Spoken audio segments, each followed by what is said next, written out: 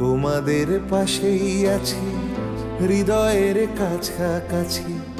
জীবনের পথ সোজা নয়, আশা নিয়ে নিত্য বাঁচি।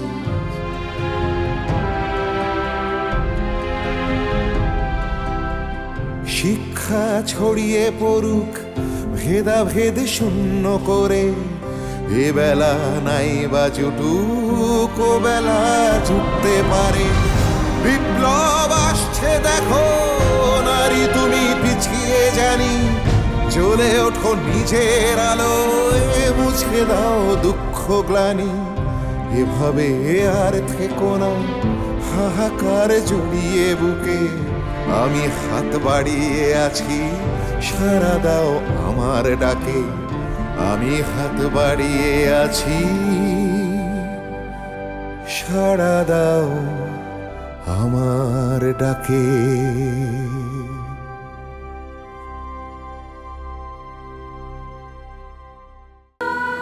ধলেশ্বরীর বুকে সেই জোড়া হারিয়ে গেল, আর তাদের খুঁজে পাওয়া গেল কোন দূর সমুদ্রে হয়তো চলে গেছে। আমার আকরাম সেই থেকে যেন কেমন হয়ে গেল। নাওয়া নেই, খাওয়া নেই, শরীরের যত্নও নেয় না। নসিবে যা লেখা আছে তা হবে, কিন্তু চেষ্টা করলে তো তাকে বদলানো যায়।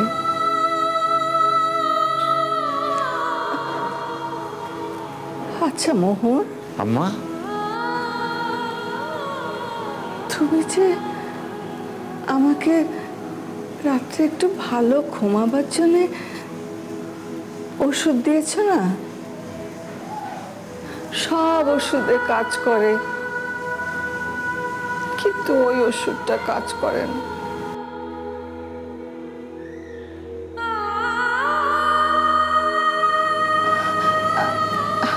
আমি যাতে একটু ভালো করে ঘুমাতে পারি আমাকে দিও না।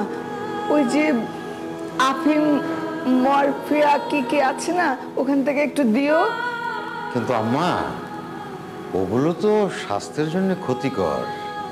তো আপনি আমাকে আগে বলেননি কেন? আমি আরো কড়া ঘুমের ওষুধ দিতাম।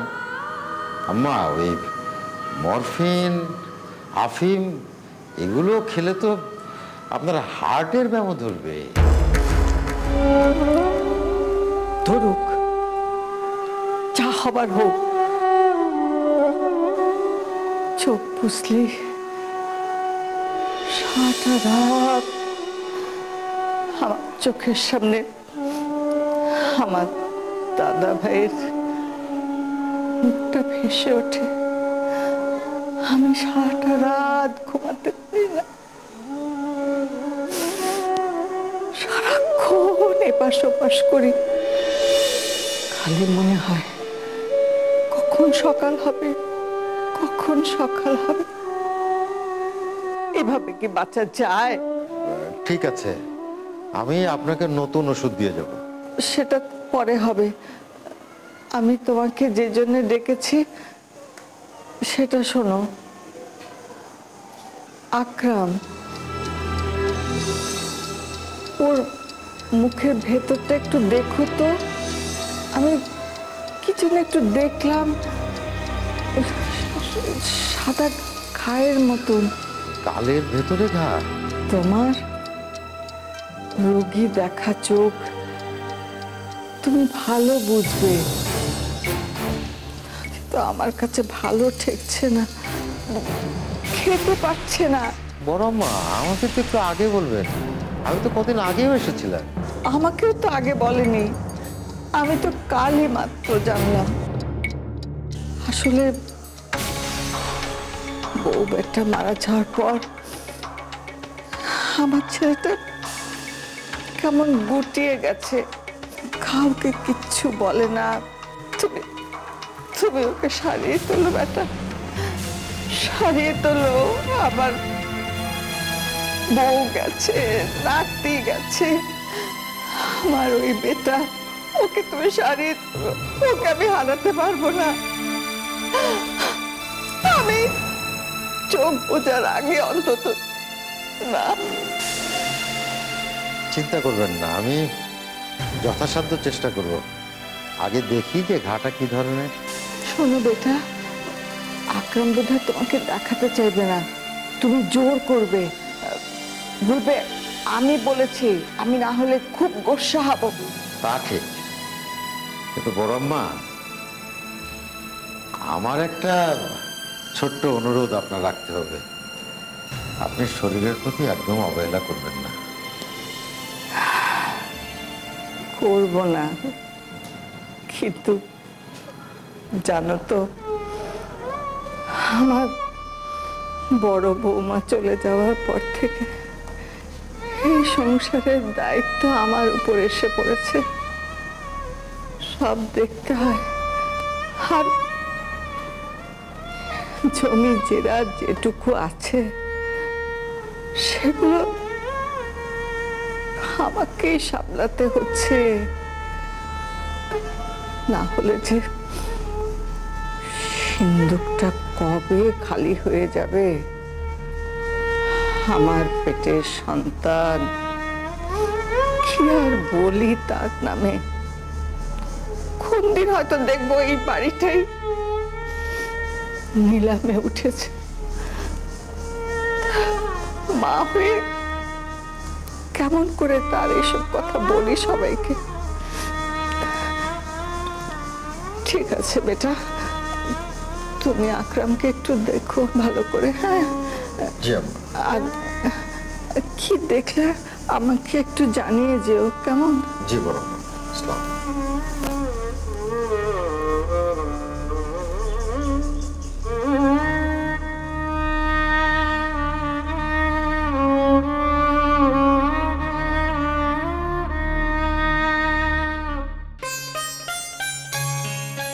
মোহন, ও কোবরাজ ঘর থেকে পঞ্জিকাটা একটু বের করে নিয়ে তো।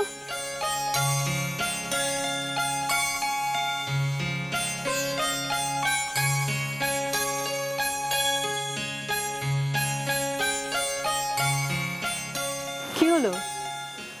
যেতে গিয়ে আবার বসে পড়লো যে? বুবু কি বলে গেল শোনোনি? কি বসে আছো কেন? যাও। বুবু কিন্তু। ও বুঝেছি। কি কি কি বুঝছেন? পান খাওয়ার লোভে বসেছো? খাবে নাকি? না। শরম কিসের? একটা পান বই তো নয়, তাও আবার আমার হাতের পান। মিঠা মশলা না দিলেও তো মিঠা লাগবে। বলতেছি তো পান খাবো না। ভেবে দেখো, আমার হাতের পান, তাও আবার ভালো বেনারসি মশলা দেয়া। আর বললাম না খাবো না। ও বাবা, আবার ফোঁস করে দিচ্ছি? হ্যাঁ, বউয়ের সামনে তো একেবারে ধরা সাপ হয়ে থাক। বাজে কথা বলবেন না কিন্তু। ও এখন বুঝি বাজে কথা? সারাক্ষণ তো বউয়ের আঁচল ধরেই ঘোরো, আমি দেখিনি বুঝি? মোটেই না। থাক, হয়েছে। শাক দিয়ে আর মাঝে থাকতে হবে না। কি রে মোহন, তোকে না আমি পঞ্জিকা আনতে বললাম, আনিসনি? আমিও তো সে তখন থেকে বলছি বুবু, কথা তো কানেই নিচ্ছে না। কেন রে, তোর আবার কি হয়েছে? কিছু হয় নাই। তাহলে কর্তার অনুমতি ছাড়া কবিরাজ ঘরে ঢোকা নিষেধ। কত দামি দামি জিনিস থাকে, যদি কিছু। আমি তো তোকে জিনিস আনতে বলিনি, পঞ্জিকা আনতে বলেছি। আসলে হয়েছে কি বুবু, কর্তা ছাড়া আর কারোর কথা শোনার তো সে যোগ্যই মনে করে না। আমি এখন কোন দিকে যাই বলেন তো? একে তো কর্তার নিষেধ, দুই আপনাদের আদেশ। আচ্ছা ঠিক আছে, আমি যাচ্ছি। থাক থাক থাক, আমি আনতেছি। কর্তাকে কিছু বলবেন না। আমি বলে দেব, ওই ঘরে গিয়ে কোনো একটা কিছু ভেঙে দিয়ে বলবো তুমি পঞ্জিকা আনতে গিয়েছিলে। দেখলেন ভাবি সাহেব, দেখলেন দেখলেন? হীরা, তুই থাম তো। যা, তুই যা। কেন রে, একটা ভালো মানুষের সাথে ওইভাবে তুই মস্করা করিস? তুই বুঝিস যে তোর সাথে কথা পেরে ওঠে না, তবু করিস। জানেন এটা আমাকে দিয়ে কি হবে? আমি কি পড়তে পারি? বরং হীরাকে দে। দে হীরা, দেখ না, একটা ভালো দিন বার কর না। আবার হাসে, পরে হাসে। আসিস, আগে দিনটা দেখ। দেখছি বাবু, দেখছি।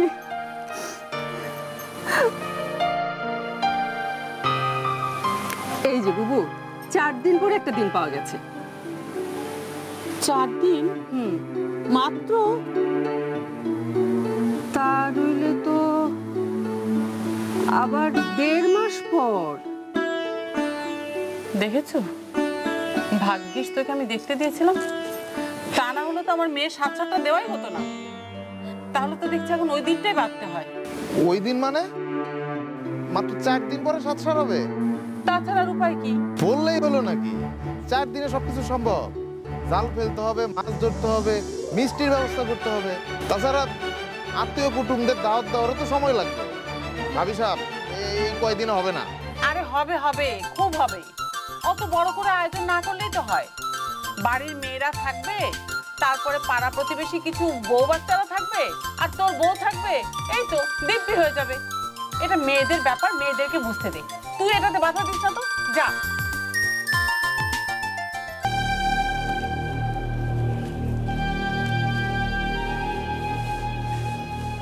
বড় হুজুর, কবিরাজ মোহর আলী এসেছে।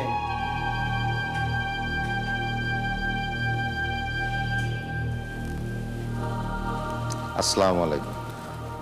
ওয়ালাইকুম আসসালাম।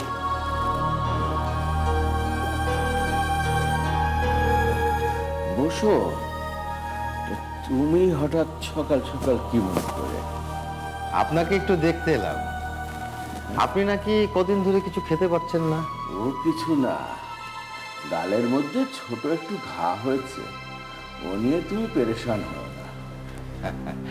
লোকের রোগ ব্যাধি সারানোই তো আমার কাজ, এ নিয়ে আপনি ভাববেন না। আমি কেউ ছোট মানুষ নই, হ্যাঁ? অযথা তুমি এ নিয়ে আর চিন্তা করতে হবে না তোমার। না, তবুও আপনাকে একটু পরীক্ষা করা দরকার, তা না হলে বেগম আম্মা শুধু শুধু চিন্তা করবেন। হ্যাঁ, তাকে এই বয়সে চিন্তা করানো তো মোটেই ভালো কাজ নয়। না ঠিক আছে, মাকে তো পেরেশানি করানো যাবে না। দেখে একটু হা করুন তো, আর একটু।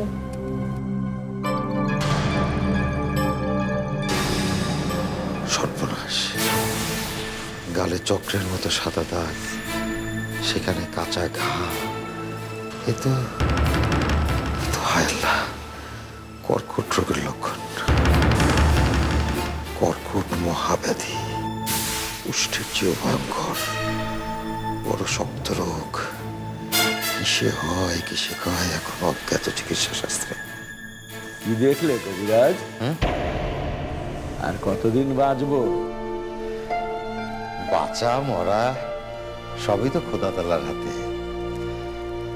রোগের লক্ষণটা আমি এখনো ঠিক বুঝতে পারলাম না। আগে একটু সোমনাথ বুদ্ধির সাথে আলোচনা করা দরকার, সে অনুযায়ী ওষুধ দেব। বেশ, যা ভালো বোঝো।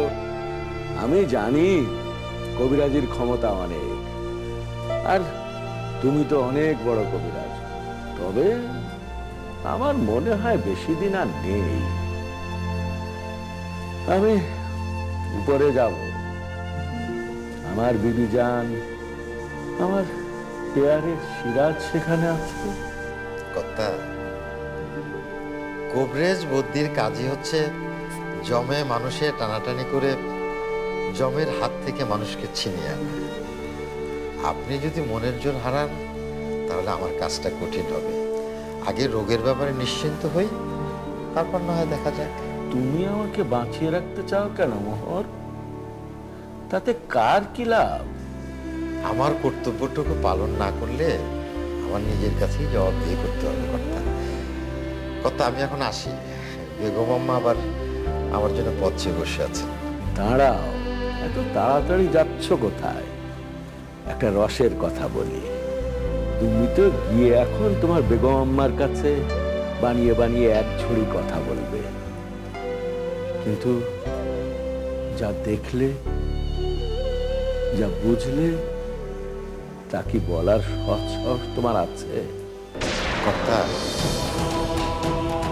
আয়ুর্বেদ শাস্ত্র যদি হার মানে তবেই আমি হার মানব। আগে সোমনাথের সাথে একটু আলোচনা করে নিই, তার আগে আমি হাল ছেড়ে দিতে রাজি নই। নে, এটা যেখানে ছিল সেখানে রেখে দেয়। আর শোন, 4 দিন বাদে কিন্তু 7-7টা হবে। বেশি জাঁকজমক করার দরকার নেই, আর বেশি লোকজন বলারও দরকার নেই। ছেলেদের আয় রোজগারে সংসার চলে, তুই তো বুঝিস। অত 7 গায়ের লোক খাইয়ে কি হবে? এগুলা মাছ, তারপর মিষ্টি। নদীতে মাছ ধরতে হবে না, পুকুরে জাল ফেলতে হবে। খাবে তো আশেপাশে পাড়া প্রতিবেশী 2-4 জন বউ বাচ্চারা, আর সবই তো নিজেদের লোক। আর তাছাড়া মিষ্টি অল্প করে নিয়ে আসলেই হবে, সামিয়ানা টামিয়ানা টাঙাতে হবে না। সেটা বললি কি হইলো ভাবিসা? আত্মীয় কুটুম আসবে, তাছাড়া অন্তরা শ্বশুরবাড়ির লোকজন আসবে না, তাদের সামনে আমাদের একটা মান সম্মান আছে না? কোনো আত্মীয় কুটুম আসবে না। আর অন্তরা শ্বশুরবাড়ির লোকজনদেরকে তো আমি কিছুতেই বলবো না। তাহলে তোর সমস্যাটা কি? কি যে বলেন না, যাদের বাড়ির বউয়ের সাত তারাই আসবে না? না, আসবে না। কেন, তোর মনে নেই ওই পরিবারের লোক আমার মেয়েটার সাথে কিরকম ব্যবহার করেছিল? আমার 5 মাসের পোয়াতি মেয়েটাকে 5 রকমের ব্যঞ্জন পর্যন্ত খেতে দেয়নি, না খাইয়ে মারতে চেয়েছিল। আর ওদেরকে আমি বলতে যাব জামাই আছে এই যথেষ্ট, ওদেরকে আমার কোনো দরকার নেই। আর এভাবে আমি ওদেরকে জবাবটা দেব। কিন্তু কোনো কিন্তু নয়, যেভাবে বলেছি সেভাবে করবি। আর যদি না হয় তাহলে আমি একজনকেও বলবো না, কিন্তু 7 ছাড় আমি করবো, আর সেটা 4 দিন পরেই করবো।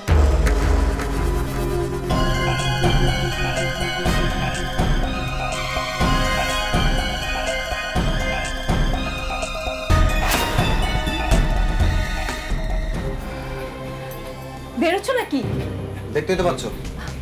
কোথায়? খুব জরুরি? হ্যাঁ, একটু তাড়া আছে, পোস্ট অফিস যাবো। পরে যাবে, আগে শোনো এদিকে কি হচ্ছে। তোমার কথা না শোনা পর্যন্ত তুমি আমাকে তো ছাড়বে না।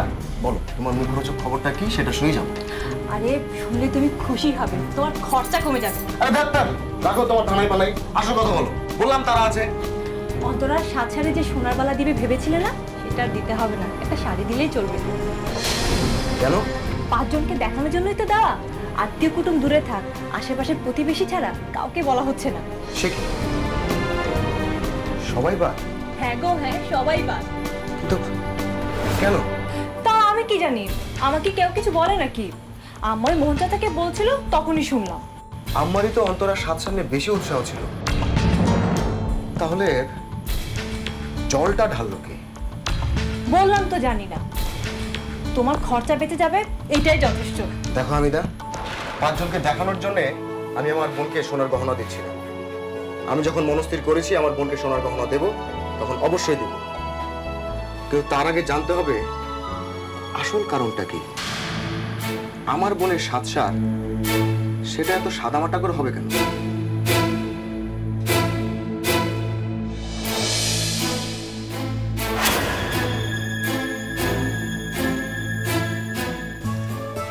সাদামাটাই হোক আর জাঁকজমকপূর্ণ করেই হোক, 7 ছাড় তো হচ্ছে, সেটাই বড় কথা। আসলে সন্তানের মঙ্গলের জন্যই 7 ছাড় হয়, সেটা তো হচ্ছে। তবু আমার না খুব লজ্জা করছে। ছি ছি ছি, আম্মা কাজটা মোটেও ভালো করলো না। তোমাদের বাড়িতে বললেই বোধহয় বেশি ভালো হতো। আহা, তিনি বড়, তিনি মা, যা যা ভালো বুঝেছেন করেছেন, এতে তোমার লজ্জা পাওয়ার কি আছে? আর এই 7 ছাড়া আয়োজন তো তুমি নিজে করছো না। আসলে এই জন্য একটা রেষারেষির পর্যায়ে চলে যাচ্ছে। তোমাদের বাড়ি থেকে যেহেতু 5 ছাড়ে 5 রকমের খাবার খাওয়ায়নি, তাই আমার 7 ছাড়ে তাদের দাওয়াতও দেবেন না। এরকম রেষারেষি ভালো লাগে বলো তো? ভালো তো আমারও লাগে না, সেদিনও লাগেনি। তবে আম্মা তোমার সঙ্গে যা করেছেন সেটা আমি কোনোদিনও মেনে নিতে পারিনি, আবার প্রতিবাদ করার সাহসও কুলেনি।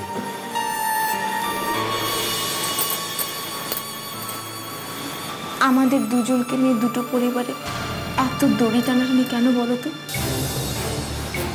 আমাদের দিকটা কি কেউ একবারও ভাবছে না? তবে শেষ ভরসা আব্বা। আব্বাই যদি কিছু করতে পারে। তবে তুমি কিন্তু কিচ্ছু বলবে না, এই বলে রাখলাম। ফুলমিয়া, ফুলমিয়া, জি ভাইজান, আসছি। জি ভাইজান। এই তো ফুলমিয়া, শোনো, 7-8টা হয়ে গেলেই তোমাকে কিন্তু ঢাকায় ফিরে যেতে হবে। ঢাকা কোর্টে ফজলুল হক সাহেবের আমিন হিসেবে কিন্তু অনেক নাম ডাক, উকিলরা পর্যন্ত তাকে মাননি করে চলে। জি। বুঝতেই তো পারছো, কত বড় উকিলের মুক্তারি করবে, কি কম কথা ভাইয়া। সবই আপনার হাত জোশ ভাইজান, আপনার মুরব্বিয়ানের জড়িত আমার চাকরি। তা অবশ্য বলতে পারো, নেহায়েত আমার সাথে তার খুব ভালো খাতির। তা না হলে কেউ নেই যাকে তাকে মুক্তার হিসেবে নেন। তাই বলে কিন্তু তোমাকে এখানে বেশি দিন থাকলে চলবে না। বুঝতেই তো পারছো কে কখন কোথায় বাগড়া দিয়ে বসে। আর কদিন বাদই তো 7 স্যার, তারপরে না হয় চলে যাব। হ্যাঁ, আচ্ছা 7 সালের তারিখটা নাকি এগিয়ে এসেছে, এই ব্যাপারে তুমি কিছু জানো? আমি এই বাড়ির জামাই, এমন কথা কি আমার জানতে চাওয়া উচিত? তা অবশ্য তুমি ঠিকই বলেছো। আচ্ছা আমি দেখছি তাহলে, আসি। হ্যাঁ,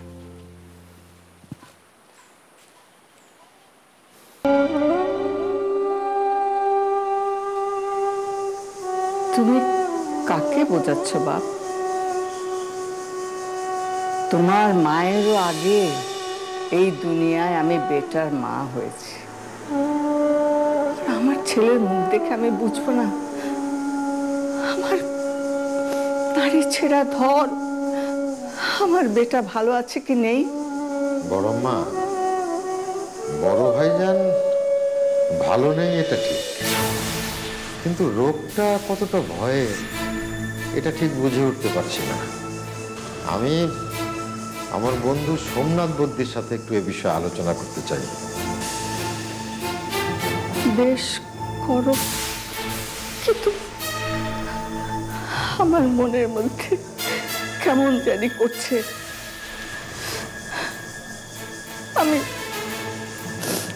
আমি জানি না নসিব আমাকে কত দূর নিয়ে যাবে আর কতদিন এই পাপের শাস্তি আমাকে পেতে হবে। আম্মা, আপনি এত ভেঙে পড়লে তো চলবে না, বিশেষ করে রোগীর সামনে। বড় ভাইজানকে তো আপনাকেই ভরসা জোগাতে হবে। অনেক সময় রোগ ব্যাধি কিন্তু মনের জোরের কাছে হার মানে।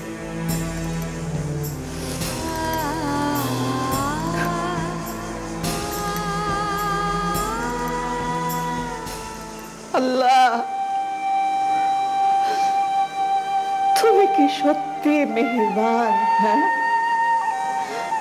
তিল তিল করে আমার ছেলে চোখের সামনে মরে যাচ্ছে, আর আমি মা হয়ে তার সামনে মুখ ফুটে কিচ্ছু বলতে পারবো না। হাসি মুখে তাকে সান্ত্বনা দিতে হবে। বুক ফেটে যাবে, এক ফোঁটা চোখের পানি তার সামনে ফেলতে পারবো না।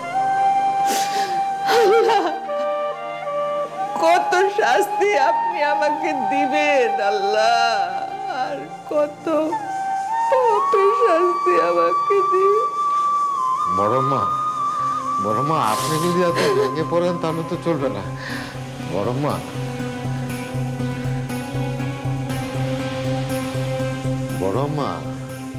আপনাকে আরো শক্ত হতে হবে। খোদা না করুক আপনার যদি কিছু হয়ে যায় তাহলে বড় ভাইজানকে কে দেখবে?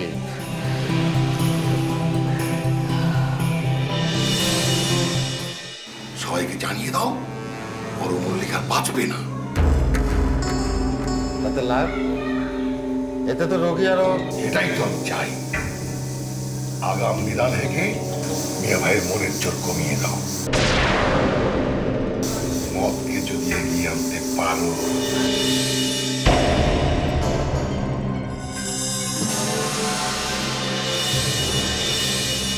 এটা তো খুন। তোমাকে 20 মোহর দেব।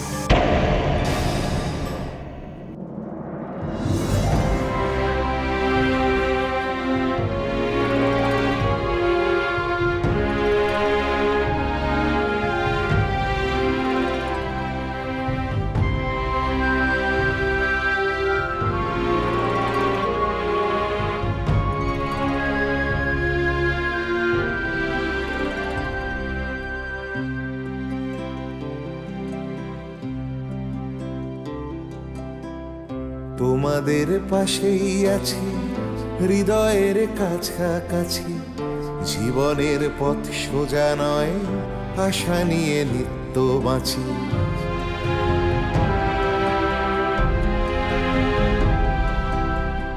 তোমাদের পাশেই আছি, হৃদয়ের কাছাকাছি।